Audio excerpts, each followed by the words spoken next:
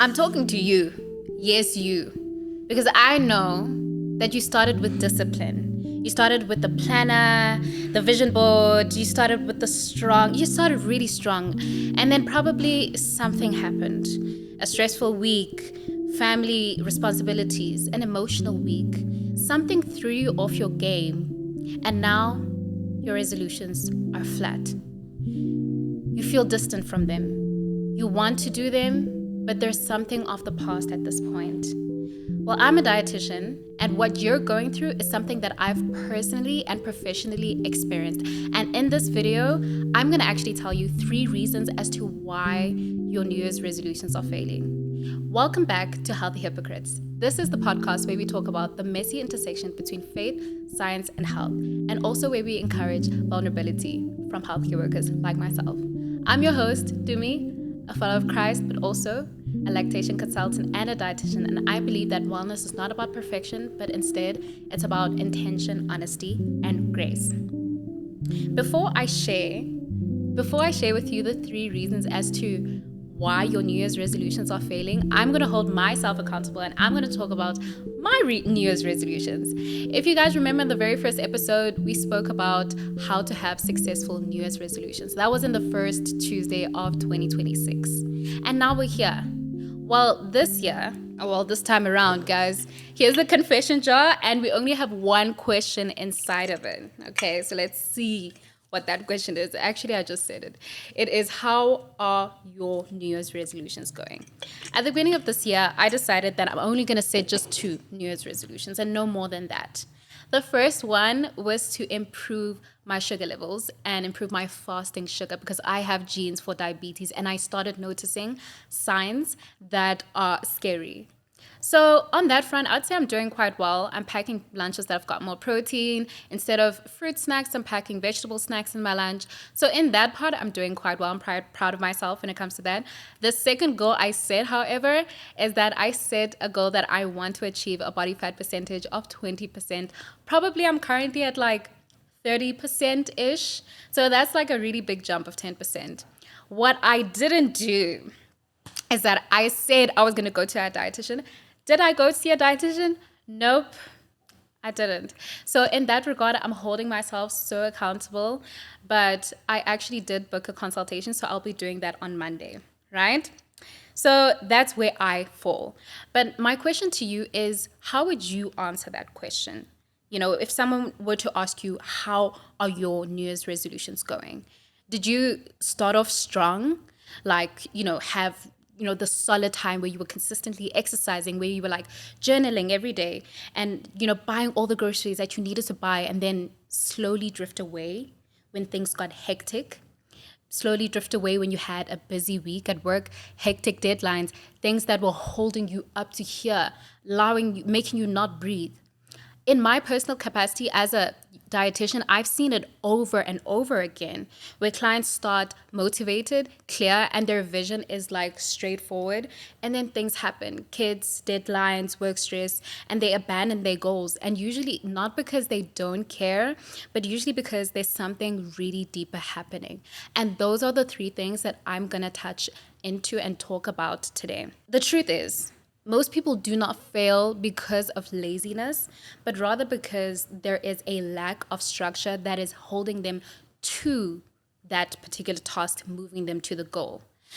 Something that we've established so far is that motivation is a lie because motivation relies on emotions, whereas something like structure allows you to be intentional about the things that you want to achieve.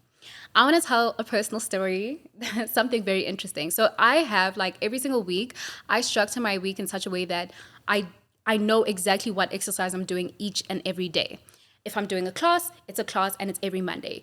So particularly on Tuesdays, I have a rule of like, I do a run or I ice skate. So every second Tuesday, I go ice skating, and every second Tuesday, I go running. Now, the problem is I love ice skating, but I dread running. Like, just the thought of being out of breath, I hate it. Like, I don't want it, right? So every single time the time to run rolls around, I'm like, kind of like, I'm not sure if I'm excited or not. And this particular Tuesday that passed, I was not excited at all. I finished work early. I drove to the gym where I was going to drop my bags off and change. And as I'm driving there, I'm like hoping that I get caught in traffic so that I can say, oh, damn, I guess I'll just go ice skating. Or like I was hoping that when I get there, okay, no, I change. After changing, maybe I'll go to the race and, oh, damn, they left me. Like I was really hoping that everything just does not align for me to go to that race. But nope, everything aligned for me to go there. So what did I do? I went there. And that is the power of a structure. And that actually brings us to the very first reason why your New Year's resolution isn't working, which is you're relying too much on motivation and not enough on structure. So let's be real about January. January is a very emotional period. It's like, a fresh start. It's like, new year, new me. Like January just has that energy, that energy that just feels like so renewing and so fresh. But the problem is that January, it has this willpower, this good willpower that leads you in a very good direction. But the problem is willpower is so shaky because it goes up and down when we experience things like stress, when the hormones come into play, when the emotions come into play. And so if your goals depend on how you feel, then they will not survive the tough times when the January excitement actually dies down. For example, when I say rely on structure instead of motivation, instead of saying something like, I'm going to pray, instead of saying something like, okay, I'm going to pray more this week, say something like every single morning before I check my phone, I'm going to spend 10 minutes in prayer. Whether that's just a YouTube video I play or me actually praying, but I dedicate 10 minutes before I check my phone every single morning. And that actually shifts things from a space of feeling and motivation to a place of duty and structure. Then the very second thing that, when it comes to structure, the very second thing that I want to speak about is something that I never ever thought of before until I became a private practicing dietitian. And it's that we just don't break our goals down enough. When we have a goal, we have like a really big goal. Say like, I want to lose 10 kgs this year, or I want to grow closer to God this year. But what we forget is that we need to break it down into like smaller goals, like into like things that you can do daily that will actually take you to this goal. Because imagine you were presented an apple or say like a banana and, someone said, eat this in one bite. That's what we're trying to do when we set these goals and we don't have daily steps to help us achieve them. But if I open this banana and I take one bite at a time, eventually I will finish this banana. Maybe not in one bite, maybe not in two, but eventually I will finish this banana.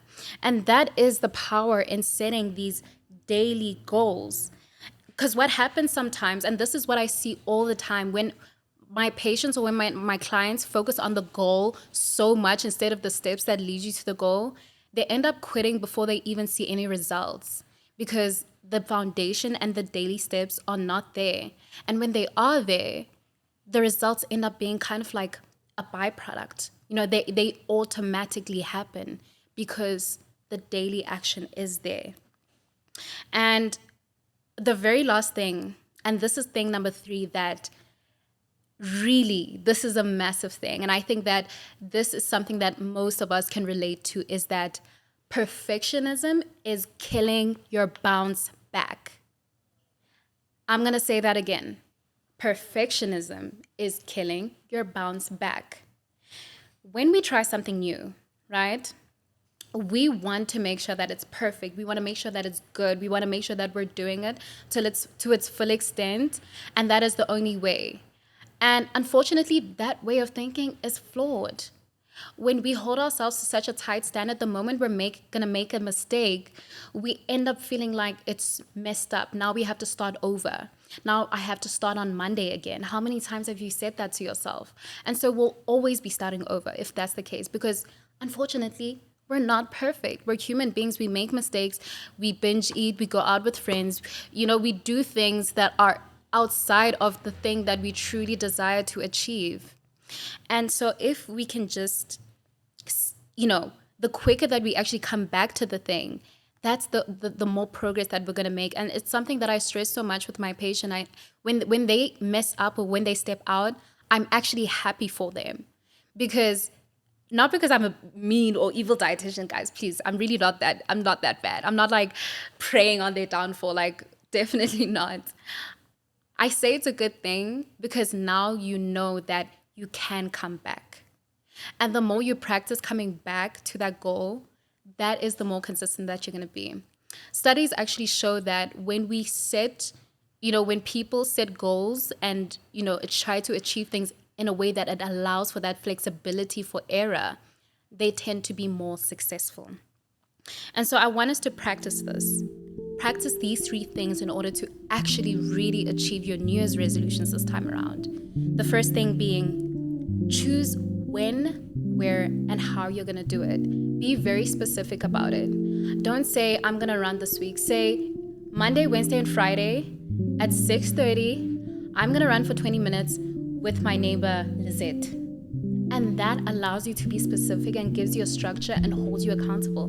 The second thing, break it down into daily repeatable goals. Instead of saying that I'm going to, this week I'm going to pray more, say I'm going to dedicate this particular 10 minutes into praying, instead of saying, okay, no, every day for an hour. Realistically, when do you ever always just have an hour? Choose something that is actually repeatable.